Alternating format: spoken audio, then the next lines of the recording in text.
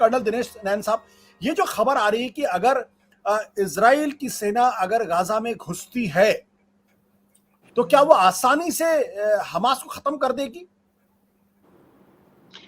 नहीं, ये कहना बहुत गलत होगा कि कोई आसानी से तो खत्म कर पाएंगे, बिकॉज ये बिल्डअप एरिया है। देखिए, बहुत ही डेंसली थिक पॉपुलेटेड एरिया, सभी जानते हैं, दुनिया का one of the most densely populated area है। दूसरा, जो हमास की तैयारी है वो अभी की नहीं है। इन लोगों ने काफी अरसे से अपनी तैयारियां की हुई हैं। इन्होंने जो अटैक किया है इजराइल के ऊपर, ये बगैर सोचे समझे नहीं किया है, ये बहुत तैयारियों के बाद किया गया। और इनको ये भी मालूम है कि इसके बाद जो रिएक्शन आएगा इजराइल का वो कैसा आएगा और हमें उसे कैसे डील करना है। यानी कि इनकी तरफ से डिफेंसिव और ऑफेंसिव दोनों तैयारियां पूरी तरीके से पूरी हैं। अभी ऐसे के अंदर जो सबसे बड़ी समस्या सबसे पहले आ रही थी वो ये थी कि सिविलियन पॉपुलेशन का, उसके बारे में तो इजराइल ने देखिए बिल्कुल क्लियर कर दिया है कि हमें कोई लेना देना नहीं है सिविलियन से। और अगर हमारे देश के साथ इन्होंने ऐसा भैंसीपन किया है तो हम इसके बारे में बिल्कुल नहीं सोचेंगे। और जबकि हमारे जो 150 के करीब इनके पास में हमारे वो है, बोलते हैं, इनके पास में जो प्रिजनर्स हैं, उनको अगर ये हमको नहीं वापस करते हैं तो हम किसी भी कंडीशन के अंदर हम इनको जो है ना तो पानी देंगे, ना बिजली देंगे, ना मेडिकल की कोई सुविधाएं देंगे, कोई चीज हम इनको नहीं देने वाले हैं। सो ये डिसाइड कर दिया है। बिकॉज आज भी एक, जैसे कि आपको पता होगा आशुतोष, एंटनी ब्लिंकन जो है वो इस टाइम टेल अवीव में बैठे हुए थे और वहां से वो आज गए हैं अभी जो है मिलने के लिए, जो पैलेस्टीन के प्रेसिडेंट है अब्बास, उनसे मिलने के लिए गए हैं दूसरी कंट्री में। तो आने से पहले जॉइंट स्टेटमेंट भी इन दोनों का हुआ था, नेतन्याहू का और उनका। उन्होंने बिल्कुल क्लियर किया कि जो, देखिए स्टेटमेंट बहुत गहरी स्टेटमेंट थी, कि जो हम हमास ने आज इजराइल के खिलाफ किया है, इजराइल को पूरा राइट है उसके खिलाफ एक्शन लेने का और ऐसा बचने का कि जिंदगी में कभी भी हमास दोबारा से ऐसा ना कर पाए। यानी कि एक तरीके से एक्चुअली में उनको बहुत तगड़ा वो दे दिया है, क्या नाम, लाइसेंस दे दिया है कि जो मर्जी करना है करो, और जब तक ये लोग हमारे बंदों को रिहा नहीं करते तब तक इनको प्रकार की कोई भी ब्लॉकेड की रियायत नहीं करें। तो उसके फलस्वरूप एक अल जजीरा ने अफसोस से एक न्यूज दिखाया था कि एक लेडी और 2 बच्चों को शायद इन लोगों ने रिहा किया है। तो इसके बारे में भी कुछ आकलन हो रहा था, भाई ये लोग ऐसा क्यों कर रहे हैं, क्या नाम है, हमास वाले। कर्नल साहब, यहाँ पे जो असली सवाल इस बात को लेकर ये है कि क्या वाकई में इजरायली सेना गाजा में घुसेगी?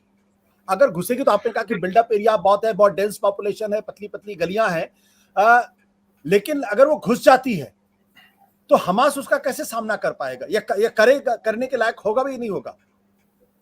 देखिए आशुतोष, अभी तक जो इनकी टैक्टिकल प्लान सामने आया वो ये है कि इन्होंने पहले तो टारगेट्स को सोफन अप किया है। सोफन अप का मतलब है टारगेट्स के ऊपर इतनी बम्बारमेंट करो कि उसके अंदर से जो रेजिस्टेंस आनी है वो काफी हद तक यानी 70% या 60% तक कम हो जाए, ताकि जब ये आगे फॉरवर्ड जाए तो इनकी कैजुअलिटीज कम हो, कम लोग, कम सैनिक मारे जाएं। तो अभी सॉफ्टनिंग अप ऑफ टारगेट्स था, आर्टिलरी इस्तेमाल हो रही थी, रॉकेट इस्तेमाल हो रहे थे, मिसाइल्स थी, इनके जितने भी एयरक्राफ्ट हैं वो रात को रेड्स कर रहे थे और अभी भी कर रहे हैं।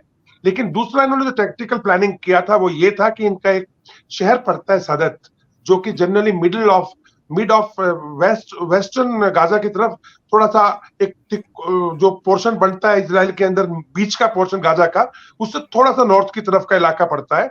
वहां से लेकर के साउथ की तरफ लगभग 20 से 30 किलोमीटर और गहराई के अंदर लगभग 4 से 5 किलोमीटर। बिकॉज अगर आप मेडिटेरेनियन सी से देखो गाजा स्ट्रिप को तो कहीं पे 12 किलोमीटर है, कहीं पे 15 किलोमीटर है, यही जनरली इसका डिस्टेंस बनता है। इस इलाके को इन लोगों ने परसों घोषित कर दिया था कंट्रोल मिलिट्री जोन, यानी कि no civilian can enter into this area. और अगर कोई सिविलियन उस एरिया में है, यानी मैं बात कर रहा हूं पैलेस्टाइनियन की जो गाजा स्ट्रिप में रहते हैं, तो उनको बोला गया था कि आप इसको तुरंत खाली कर दें क्योंकि हम इस पे अटैक करने वाले हैं। और इसके साथ ही साथ इन्होंने अपना जो बॉर्डर बनता है गाजा स्ट्रिप का, इस पूरे क्षेत्र के साथ साथ में एक आयरन वॉल बना दिया था अपने टैंक्स के को लगा करके।